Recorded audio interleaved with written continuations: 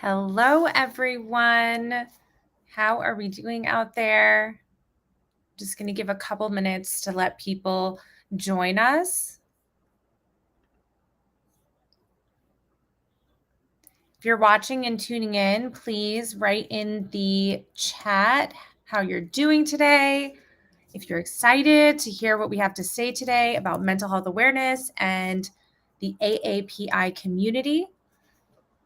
Hi, guys. Hello. We are streaming on YouTube, Instagram, and Facebook all at the same time. All right. So it is 7:01.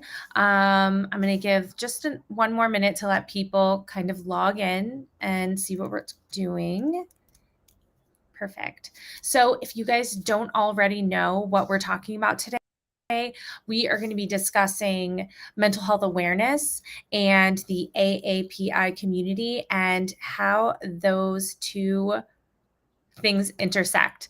As we know, May is Mental Health Awareness Month, but it is also AAPI Heritage Awareness or Heritage Month. So we wanted to bridge the gap there and talk a little bit with some AAPI therapists and talk about the Asian community, we have a huge Asian community in Jersey City.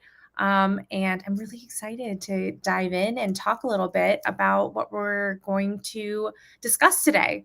We did some preliminary questions last week. Some people sent in some questions. So we're just really excited to get started. Cool. So let me see here. Okay, I think we're ready for our first guest. Hi. Hello. Hi, Mi. How are you? I'm good. How are you, Leslie? I'm good. How are you feeling about your first live stream? I'm pretty nervous actually. Well, there's no need to be nervous. We have a fantastic community here at EJC, and everyone is just really excited to tune in and see what we have going on today. So, Sure. first of all, let's talk about Joy Mental Fitness.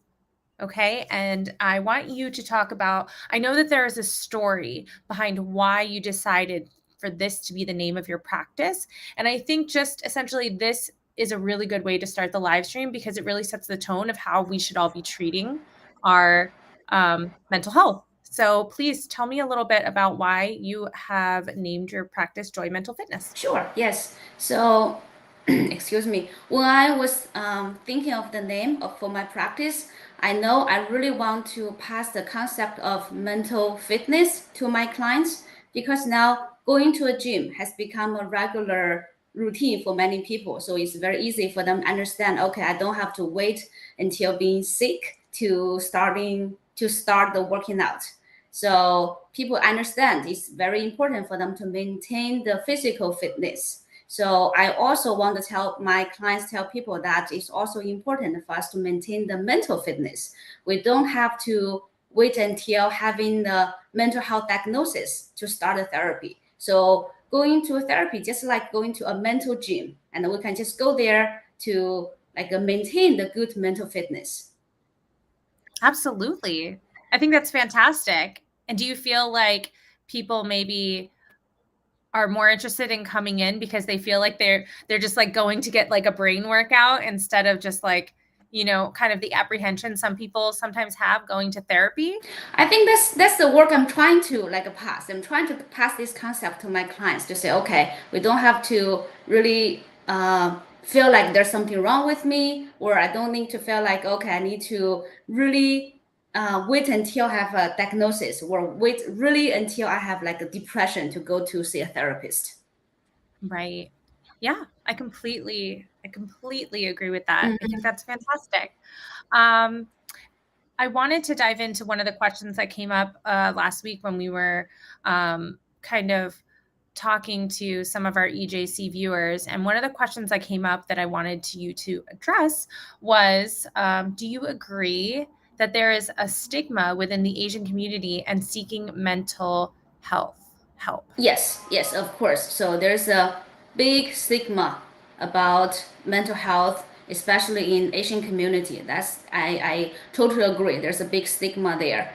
So when I'm working with my Asian clients, there's one topic that they often mention, what they really like to discuss with me is about how they get the support or how they help their parents or family members to understand their mental health challenges. Because in this community, in Asian community, many people just label mental health as being crazy or being lazy. So just like there's a lot of labels over there, and then those labels prevent people reaching out for professional support. Okay, amazing. Like, so I also wanted to ask you, because you and I had a conversation that kind of has to do with this. You and I had a conversation last week about the barriers. So, can you talk to me about the language barriers that you sometimes run into during treatment? For example, I know that sometimes there is no word within a language to express a certain emotion. Mm-hmm. So, when that happens, do you think that creates difficulty when trying to communicate Of within the course. Asian culture? Yes, yes. So, so like growing up in the traditional Chinese family, so we didn't talk about emotions that much. So I remember when I was in school, like when I was a therapist in training, my professor asked me, "So how do you feel in this situation? How do you feel about it?" For me, I really have to search the words in my mind because I no one really asked me this question before, and I never get a chance to talk about my own emotions. I don't know what frustration is. I don't know what overwhelming is. So I really have to really to search those words in my mind and to really label and name them. So I find that this is a very common challenge when I'm working with my Asian clients because like really we never, it's not natural for us to talk about it. Right. And especially when now I'm talking about like for example frustration. If you ask me how to say this word in Chinese, I have to think about it again because when I'm in training, I was trained in English. So if you say, okay, can you talk about your emotions in Chinese? That's going to be even harder for me because it's just like I had a hard time to really like translate like really frustration, Right. overwhelming into my another language system that I never really think in that way. Yeah. I mean, it never occurred to me that certain words just would be absent in certain cultures when it Hmm. came to expressing yourself. Yes. Because, do you feel like in the English language that we have just a word for everything? Like it's just so much. Yes. Mm-hmm. Yep. And even like because I feel maybe because I'm like trained in this language, so it's more like a natural for me to okay, frustration, overwhelming, and even for some terms, like for example, we talk about mindfulness a lot in therapy. Mhm. But if I want to introduce mindfulness to my Chinese speaking therapy clients, and I need to really help them understand like what that means in Chinese. So I know like in Chinese translation it means 正念, but sometimes I didn't like this translation that much, and I didn't know why they translate mindfulness into this word. So that's make it hard. Yeah, I can absolutely understand that. Um, so is there a way that you feel like my mother's Korean, and I feel like maybe we run into those barriers sometimes, when it comes to communication. I was born and raised here, and my first language is English. So do you have any tips or any suggestions that you think could be given to maybe someone like me who's trying to communicate with like an older generation or a parent, how we can maybe overcome this kind of obstacle? You know what? That's a common thing we have been working on in our therapy here. So that's a very common challenge. And we talk about that in the family therapy a lot. So the little tip over here I just want to put for our viewers is that like maybe try to so the foundation we need to set up the foundation here is that we know that we we are a family and we care about each other. So we want to like everything, no matter what we say, like means good. So we have good intention there. So that's foundation that we need to set up over there. So with the good relationship. So in family therapy, we often talk about the foundation. The good relationship is going to be the foundation for us to communicate. So maybe over there we need to understand. Okay, so yes, now we may misunderstand each other, but we need to understand. Okay, the intention is good. And with that foundation, it's going to help us to move forward. I love that. So just like everything, really, intention has to be that base. Mm-hmm. I completely agree. Thank you. Sure. Thank you so much. Sure. Thank you. I think because in the beginning, my first question, I asked you about your practice, but I didn't give you a chance to introduce yourself formally. So before we move on to your colleague, I want to just give you a chance to introduce yourself formally before we sign off and go to Hanwen. Sure. So my name is Mi Chao. I'm a licensed professional counselor from Joy Mental Fitness. So Joy Mental Fitness is a group practice providing the online psychotherapy in New Jersey, including Jersey City. Yeah, so that's about me. And that's about, so we can see the logo over here. So if you need, you can Google us and find us. We got it. Okay, cool. So I'm going to talk to your colleague, Hanwen, next, and then we're all going to come back together at the end. So just go on hold, and we're going to welcome Hanwen in. Hi, Leslie. How are you? Hi, Hanwen. How are you? I'm good. Thank you for having me. Yes, absolutely. Having a good day? Yeah, it's a pretty busy day at work, but yeah, it was very fulfilling. Yeah, how's your day? It's good. Thank you so much for taking time out of your very busy schedule. I know right now is a crazy time, and I thank you so much for joining us tonight. Yeah, sure. Okay, so as you know, we took some questions last week, and you and I spoke last week. We came up with a few questions that we felt like just really needed to get out there. So I'm going to start with, oh my gosh, I almost did it again. Would you please introduce yourself? Oh, okay. Yeah, so my name is Hanwen Wang, and I'm a therapist at Joy Mental Fitness. I'm a licensed mental health counselor in New York State, and I'm currently applying for more licenses in other states. And with therapy, I use a mindfulness-based cognitive therapy approach and acceptance and commitment therapy. So I have a big focus on mindfulness and acceptance-based therapies that are very much based on Asian philosophies. So maybe that's something that we can also cover a little bit in your questions. But yeah, that's pretty much about me. Yes, I think we are going to cover some mindfulness techniques. But I wanted to start with one thing, which is the fact that you started seeing clients in 2020, which is around the same time where Asian hate crimes really were creeping up. What was it like to enter the field during such a difficult time for the AAPI community? It's like you were kind of just thrown into the fire. Yeah, I think it's definitely very difficult to navigate this subject because it's hard to stay neutral. And back then I always felt like I needed to stay neutral and to give myself enough distance to have like an allocentric perspective. But that was very hard to do. And I felt a lot of just feelings and emotions I didn't know how to handle because I also felt very strongly about this issue. I think when this harm occurred, we were forced to explore the needs that are brought out by the harm and the needs for the community and support, with shared values. And we have to learn to practice self-care. That's not a habit before. And, while doing all these things to repair the harm, we also need to learn that the helplessness and even the shame, should not be internalized. So I think I had to do a lot of work personally and then to help do that work for my clients.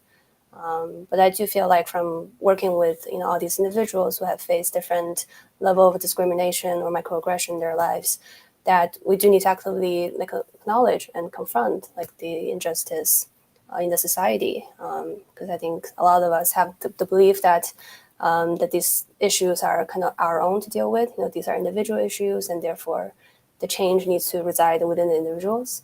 But a lot of times that's not really the case, right? Because we are healing from the harm that we didn't really cause in the first place. So I think in therapy, I try to give the clients the voice to name their story and to maintain a respectful and safe space, and at the same time, if possible, to help them participate in services and resources within their social context, for them to feel empowered and connected. And I definitely found that like the ways the individuals process trauma are very much influenced by their cultural backgrounds as well. Like their conceptions of the self and ways of coping with pain and fear and their ways of communication. So I've learned that, as a therapist, that multiculturalism and social justice are also just like two sides of the same coin. You have to understand clients as cultural beings in the ways that they process trauma, and that they exist within these various cultural contexts. And that's why I mentioned the mindfulness previously, because I think because those are rooted in Asian philosophies, I find that those are a good way to provide culturally responsive treatment to Asian Americans. So that pretty summarizes my answer. Yes, thank you. Well, speaking of mindfulness, how can mindfulness meditation help with mental health? And what does that look like for someone wanting to start at home? Because this is a live stream, so we are trying to give that takeaway to the people viewing. So what are some of the practices that they can start right away at home? I do have like a mindfulness meditation script that I prepared that I can maybe go over briefly. But I do feel like maybe it's helpful to kind of introduce a bit like the purpose of mindfulness, because a lot of people confuse it with like relaxation, but it's not really the same thing. Right. So I think the purpose is to kind of to learn to observe, but not react to unwanted thoughts and feelings. It's like keeping a distance from the thoughts and feelings that are not helpful to you, while you recognize them and kind of try to let go of them. And it's about accepting emotions that come up by making room for them and not like trying to avoid them or suppress them in any way. It requires you to engage fully, with the here and now experience, and to be kind of like open and curious about what you can experience in the moment. I think to put it in a simple way, like you have a physical self, right? Like your body, and a thinking self, which is your mind. In mindfulness, we're trying to develop an observing self. It's a part of you that's aware of everything else. So mindfulness helps retrain the brain, to not react to the painful thoughts and emotions, and from that, we communicate to our brain that this is not dangerous, it's not harmful, because the thoughts don't reveal the truth or they don't predict the future. So we simply just recognize them as thoughts and not the reality. But I do have like a meditation script that I can maybe just go over like briefly. Yeah, I would love that. I think we all would love that. It's a pretty simple one. So basically, find a spot in your home and try to sit with your feet on the floor and your back supported. Find a relaxed position and try to relax your body. And try to begin with some slow diaphragmatic breathing, and try to notice how you're sitting and the sensations in your face, how your body feels, and notice what you're thinking. And first take a moment to recognize, right, that there is a part of you in there that is able to notice and be aware of everything that you do and feel. Because as this exercise continues, like your mind will succeed in distracting you with all kinds of different thoughts, and you'll lose track of your breathing. And this is normal, and this is something that will happen repeatedly. But the moment that you realize that this has happened, just try to take a second to acknowledge it and recognize the thought that distracted you, and then just gently refocus on your breathing, right? And this is something that you do with all of your thoughts. And some people find it helpful to visualize their thoughts as like cars driving by or clouds floating through the sky, and there may be feeling sensations showing up as well. You may feel like anxiety or frustration or just boredom, or you may feel like a pain in your body or something like that. But see if you can allow these feelings to be exactly as they are in the moment, while keeping your attention on your breathing. So with time, you'll be able to develop the observing self and just kind of have less reactivity to the negative thoughts and feelings in the moment. And how many, I guess, how long do you feel, or how many times does someone maybe do this, maybe if they do it once a day, before they might feel that they're getting benefit from it? Yeah, I think what's helpful to a lot of people is to do this once a day in the morning before the day starts. And some people may also find it helpful to do this at night combined with some journaling, perhaps.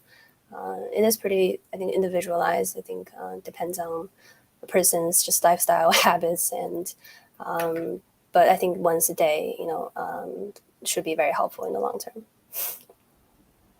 You mentioned journaling. So just quickly, is that something that you also recommend to help with mindfulness? Yeah, for sure. And mental health? Because journaling is also a way to see your thoughts as the way they are, and to try to kind of look at them from like a third person perspective. So it's kind of the same purpose, is to recognize that the thoughts can be there, but no need to act on them, no need to avoid them. Just to kind of see them for what they are. Amazing. Thank you for that. Yeah, sure. I feel like maybe I'm gonna find a cozy spot tomorrow morning and give myself a minute if my toddler allows. So one last question before I let you go and we come back at the end. Do you think having the pressure of being the model minority is creating any mental health issues within the AAPI community? Yeah, I definitely think that is kind of like the major theme sometimes with Asian American clients. And I think one of the most harmful implications of that is just kind of like the internalized bias and racism that come with it, including the ideas that that Asians should automatically excel at whatever they do, and like their success is attributed not to their efforts but to their race, or that they shouldn't be troubled by racism because on paper they're doing well, or that maybe a lot of Asian people have like internalized self blame if they feel like they don't have access to the education and financial security that they're supposed to. So I think it's very easy to identify with it as well, especially when I think you're younger and when your parents are maybe projecting their expectations onto you, and when you just don't have a fully formed sense of agency in society and in relation to other communities, then it's easy to kind of buy into the model minority myth without realizing it. But in therapy, we do a lot of work to try to accept clients as who they truly are, their authentic selves, and to learn that they need to embrace their nature, when they're not overachieving. So I think my advice for the viewers or for the clients would be to not underestimate your own potential or ability or intelligence, and to really ask yourself what is compromised, when you try to fulfill a stereotype, and to kind of critically reflect on the cost of it to you.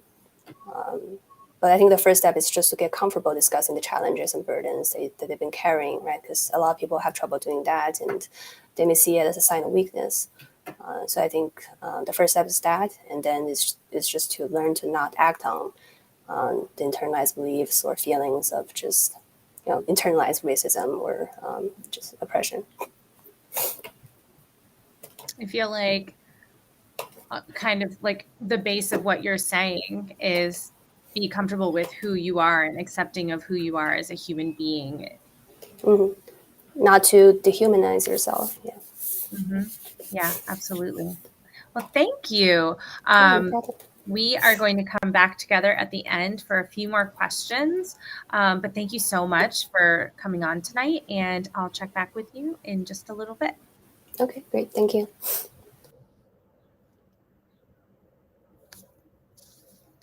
We are bringing our next and final mental health professional on. This is Aleza. Hi, Leslie. Aleza, how are you? I'm well. I'm nervous. Don't be nervous. Everything's okay. Thanks. All right. Okay, so I won't make this mistake a third time. So please introduce yourself. Hi, my name is Aleza McLaren. I'm a licensed professional counselor. I recently started my private practice called Withinsight. I am also a clinical supervisor, and so I'm doing that with a group practice in Metuchen called Integrative Therapy Institute. Amazing. Thank you. And thank you so much for taking the time to come on with us tonight. I know that the evening times, it's a hard time to get therapists and mental health professionals to come on because this is the time where you guys see your clients. So I'm really, really just so thankful that the three of you came on tonight. Sure. I'm going to dive right in. We had a conversation last week. We also got questions from some of our viewers talking about what they'd like us to talk about.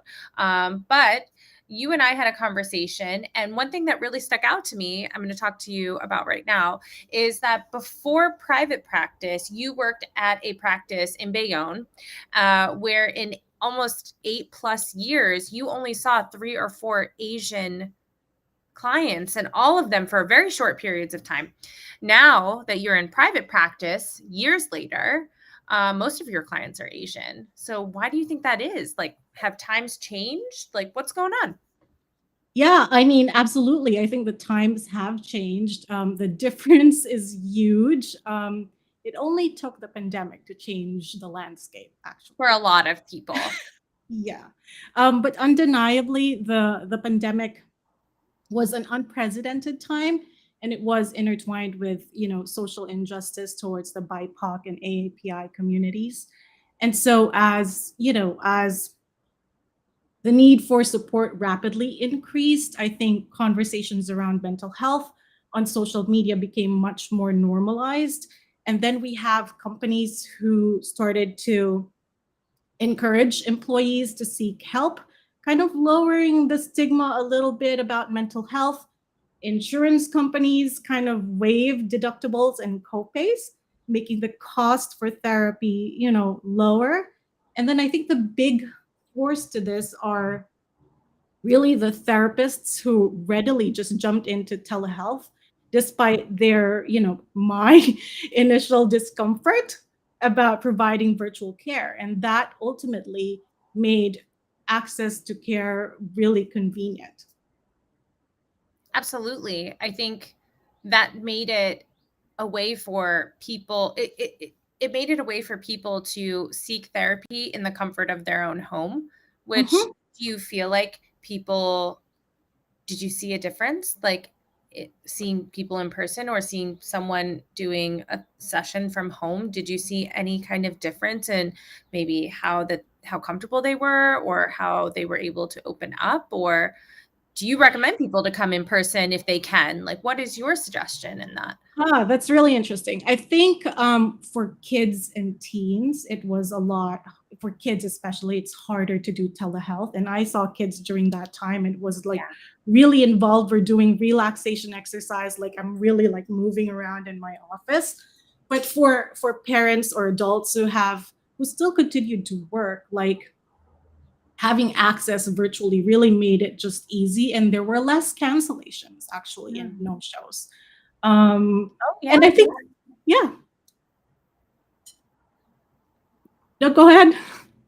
Oh, no. I was just saying, oh, yeah, I guess there would be less cancellations. We've got nothing going on. We're just sitting at home.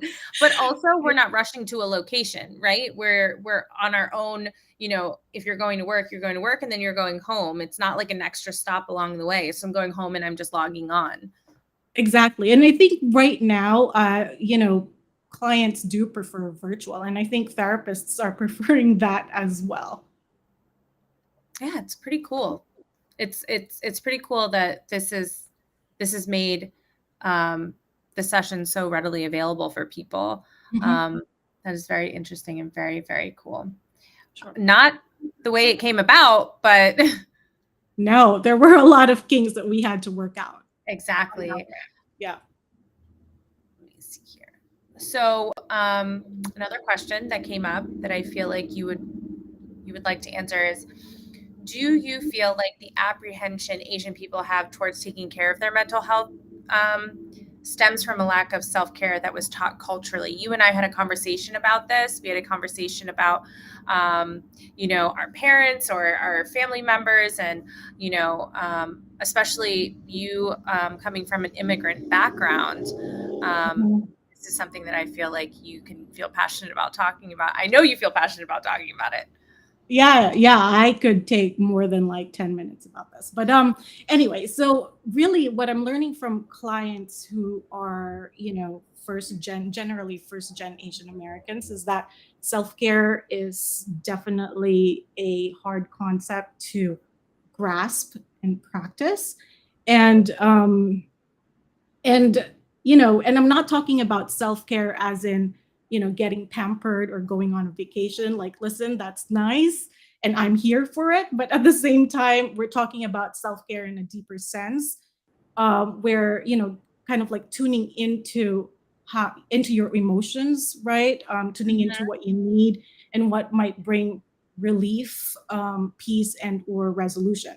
And so as I'm getting to know my clients' stories, we're seeing that self-care is not necessarily modeled and or encouraged in our families, and there could be valid reasons for that, right?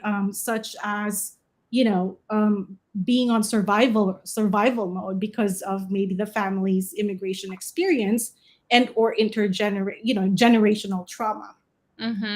But it could simply be just that this type of self-care doesn't hold much value in comparison to prioritizing others, the family, acts of sacrifices, right, or service, and or saving face, perhaps.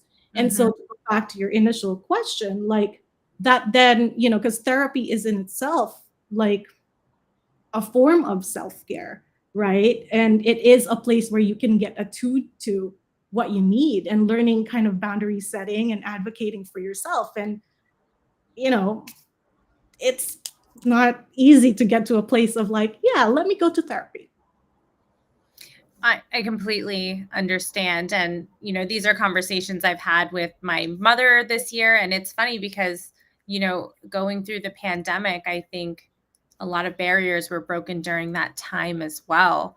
I know they were in my family, and hopefully, just us having this conversation right now means that there are barriers that are being broken, because these are subjects that weren't even spoken about really a lot. So, things are moving. Things are moving. The landscape is changing. What are some signs that you might need to look closer at on your own? What are some signs that you might need to look closer at your own mental health or possibly seek help? Right. Okay. So these might be things that we all have gone through, like, at one point in our lives, but in mental health, we look for patterns, right? And or kind of like how much that impacts your day to day.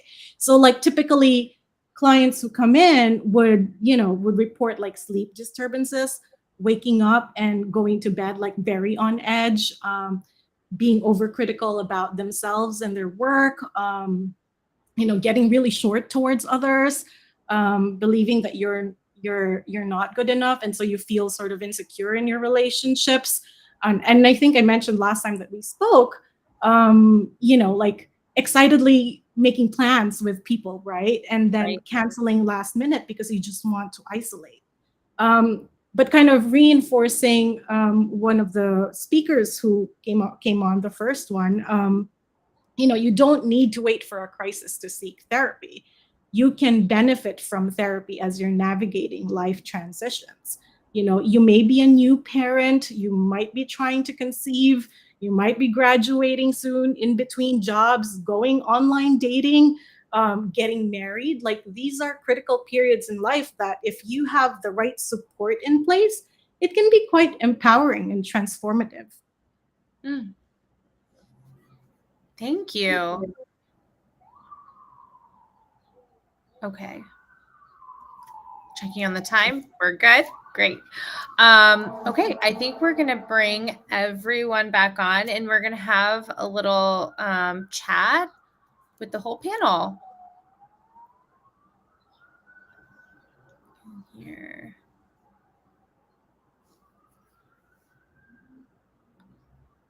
Just give us a second. We can get everyone in here. There we go. All right. And I don't think you guys, well, I know Hanwen and Mai know each other, but guys, this is Aleza. This is me and Hanwen.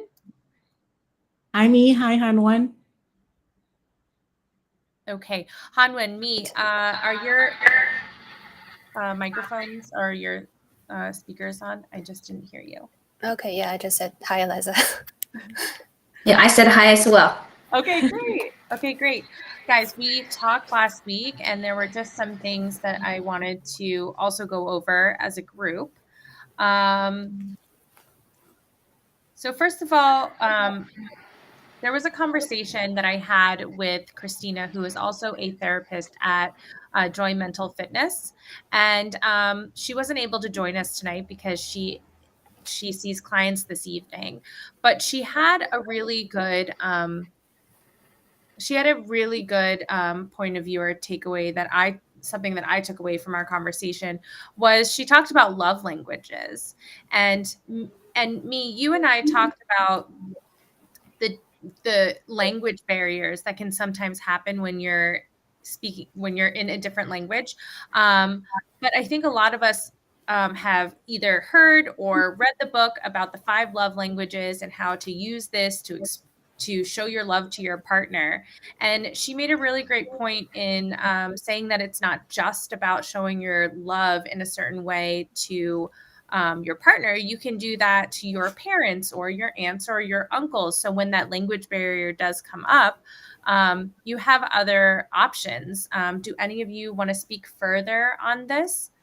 You can feel free to chime in. I can go. So while talking about the 5 loving languages, so one of them is the act of service. I feel like this is the common one our parents usually use. So like they would like to really pass on you the fruit, or they will like pass on the coffee or tea in the mornings. They will prepare food for you. So I think that's really the way for them to express the love. And yeah, so I mean, I feel like in our culture, I mean, at least in my family culture, it's very hard for us to say I love you, or we don't really do gifts.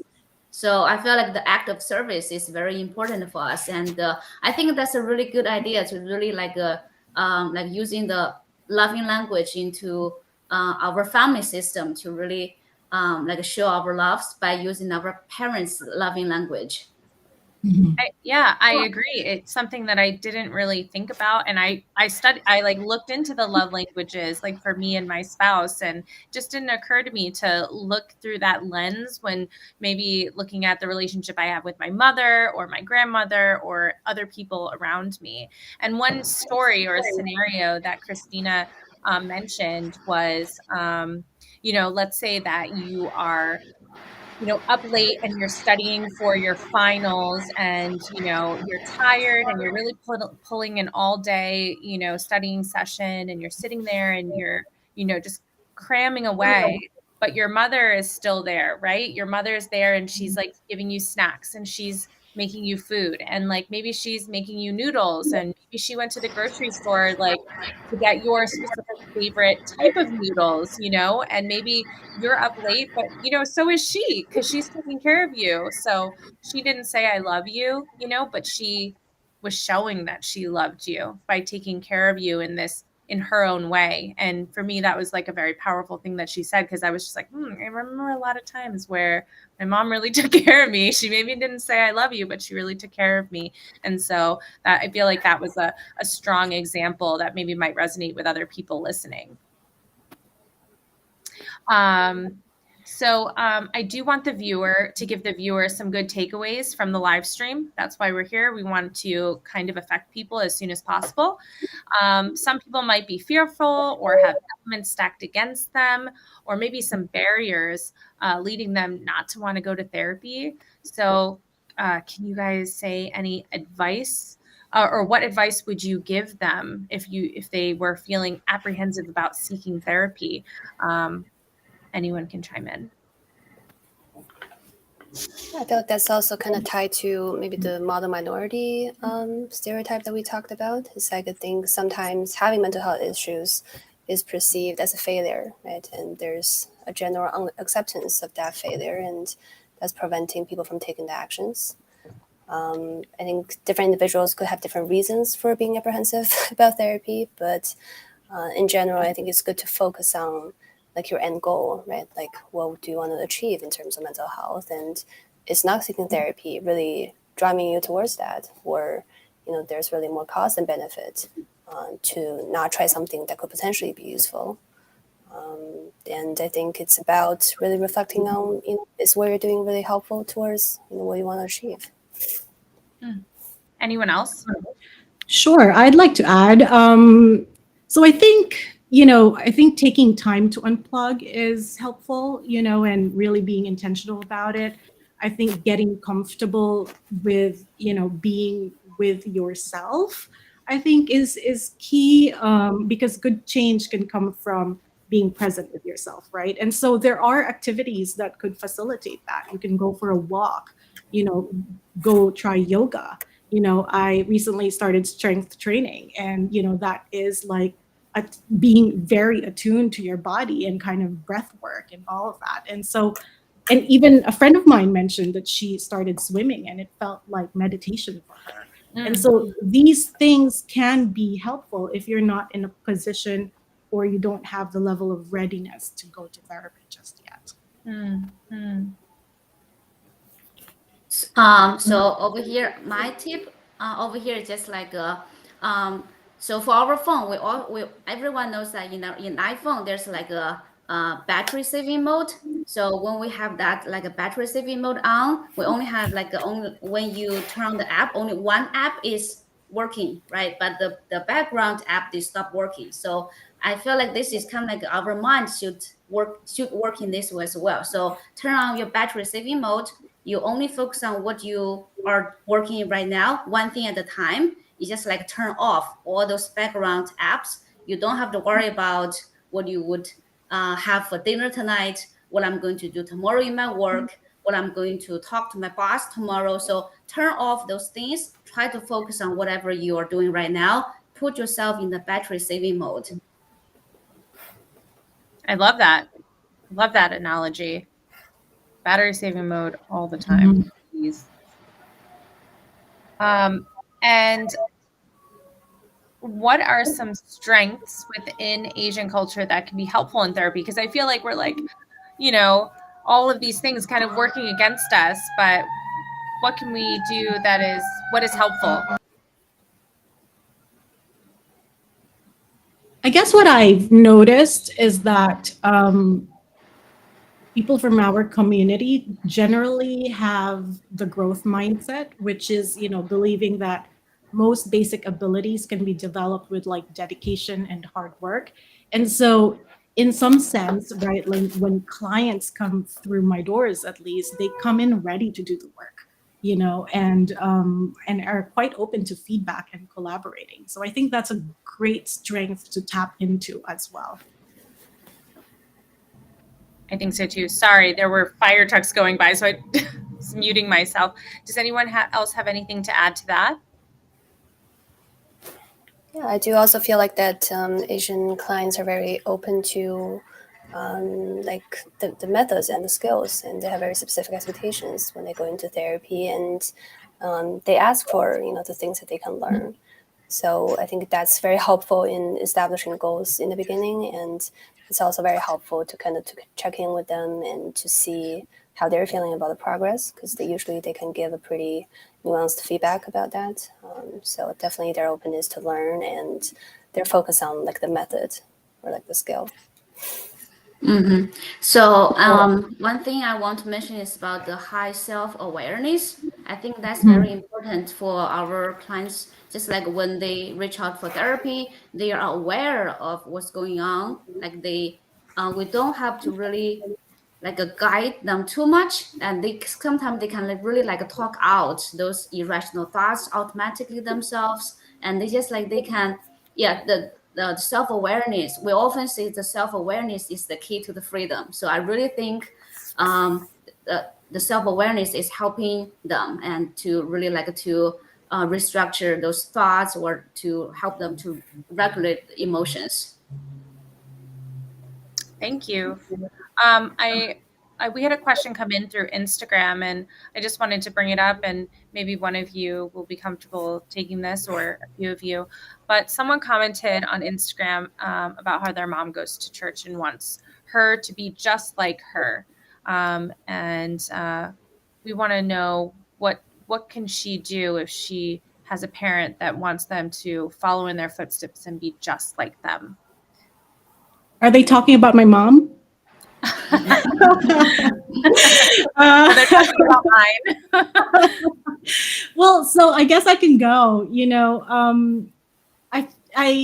My mom's very religious and she really loves church, and I think that's over the years kind of recognizing that is something that she loves and truly values, despite the arguments, right, and tension. Like we just got to a place of like accepting that, and so I don't go as much as she does, but I do kind of make it a point. Like, say, for example, Mother's Day is coming up. I take the initiative to like, okay, let's all go to church together. This is, something that you really love, and this is quality time. And so that's sort of like an example of using I think their you're love speaking language. her love language. Exactly. That's She might fantastic. be watching right now too, so we'll see. Hi, Aleza's mom. Anyone else? All right. I think we're coming towards the end of the live stream. If anyone has any last questions, please send them in now. We just have a couple of more minutes with our mental health professionals, our therapists and counselors here. So if you have any questions, Facebook, YouTube, Instagram, please write them in now because this will be the time. While we wait and see if anyone has any further questions, I'd just like to go one by one so you guys can give kind of your final thought about Mental Health Awareness Month, the AAPI Heritage Month, the live stream, any message that you would like to get out into the Jersey City community. Hanwen, I'd like to start with you, if that's all right. Okay, yeah. I feel like it's definitely has been very difficult 3 years, I think, for our community. And I think everyone has a lot of trauma to heal. And for now, I think it's just about giving the patience to yourself and also people in this community, to really just process their story, right? And to try to not rush into anything and to try to not rush for progress, just kind of give yourself really all the time that you need to process everything that happened. I think a lot of times self-compassion is a huge goal in therapy. It's just about how to view your experience with compassion and not judgment. So that's probably something that we all have to learn after these 3 years. Thank you. Me? Yes. So what I like to mention over here is that almost every single therapist provide the 15 minutes free consultation before we see our clients. So that's something that I want to mention to our viewers over here. If you want to start psychotherapy, but if you're still not sure, maybe feel free to call and search. You can go to a psychologist today or just a Google and find the phone number and just call and just to say, hey, I want to have 15 minutes free consultation. I just have my questions, have my concerns. Just talk them out to a therapist. So it's going to help you to decide whether it's a good fit, or even the therapist sometimes give you some recommendations to say, oh, I think for your trauma history or for your based on those information, maybe you need to find a DBT oriented therapist, or you need to find an EMDR therapist. So we're doing those, even though in the end we're not working together, but therapists are going to give you those recommendations. So feel free to call and take advantage of those free consultations. Thank you. Thank you so much for that, Me.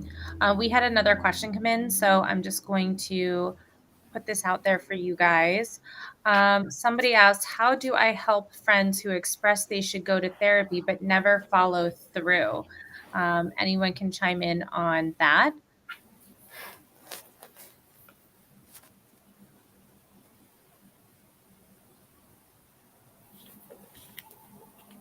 I'm kind of interested in their like motivations to not follow through, or I guess the lack of motivation there.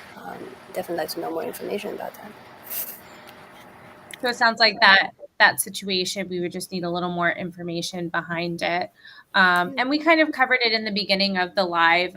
This live stream will be available for rewatch tomorrow. And we did cover a little bit about how to address if you are needing mental health help. See? And Aleza, please tell us your closing statements. Yeah, I think thank you for having me here. And I think having conversations like this can certainly help destigmatize, mental health issues and seeking therapy. And so hopefully, we can continue to provide opportunities like this to other therapists as well. And I guess ultimately, therapy, you can go at your own pace, right? And it is also kind of like what you make of it, right? And so you can come in there and be like, okay, I only really want 5 sessions, and obviously we're going to uncover some things there, but at the same time, there's no forcing. It's your space, and you can come as you are, and we'll figure it out. Yeah. We're going to figure it out. We're all going to figure it out. Yeah. Thank you. All right, guys. I think we are all set. And I just want to say again, thank you so much on behalf of Everything Jersey City for coming on tonight. I know you ladies are very busy, and your wealth of knowledge tonight has just been amazing to talk through and to get your advice and information. And it was just a pleasure having you guys on. And I hope we work together in the future. Thank you. Thank you for having us. All right, guys. Have a wonderful night, Jersey City. Take care. We love you. And please let us know if there's anything else that you want us to talk about live. We're here.